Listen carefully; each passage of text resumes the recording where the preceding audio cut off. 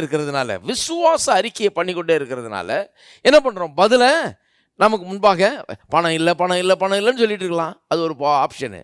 அது சொல்லிட்டு இருக்க போகிறீங்களா?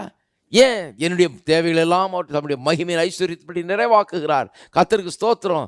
எனக்கு பசி இல்லை, எனக்கு பட்டினி இல்லை. கர்த்தரை தேடுகிறவர்களுக்கு ஒரு நன்மையும் குறைபடாது. அதை சொல்கிறது என்ன? அதை சொன்னால் என்ன ஆகுறது? பதிலை முன்னால் வச்சுட்டு இருக்கிறீங்க. காசு இல்லை காசு இல்லைன்னு சொல்லும்போது என்னத்தை முன்னால் வச்சுருக்கிறீங்க?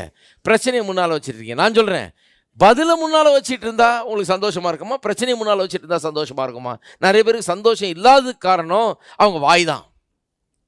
ஹலோ, அதுக்கு நீதிமொழிகளில் வாஸ்து காமிச்சு இல்லையா? சந்தோஷம் எப்படி வருது? வாய் மொழியினால் வருமா? சந்தோஷம் எப்படி வருது? அதுக்கு ஒரு பைப் லைன் போட்டு வச்சுருக்காரு கர்த்தர் சந்தோஷம் வர்றது. இவங்க எங்கேருந்தோ வரும்னு பார்த்துங்க, வானத்தில் பொத்துன்னு வந்து விழுந்து சந்தோஷம் தலை மேலேன்னு பார்த்துட்டு இருக்காங்க. இல்லை உங்கள் வாய் வழியாக தான் அது வர முடியும். வாய் மொழியினால் தான் சந்தோஷம்.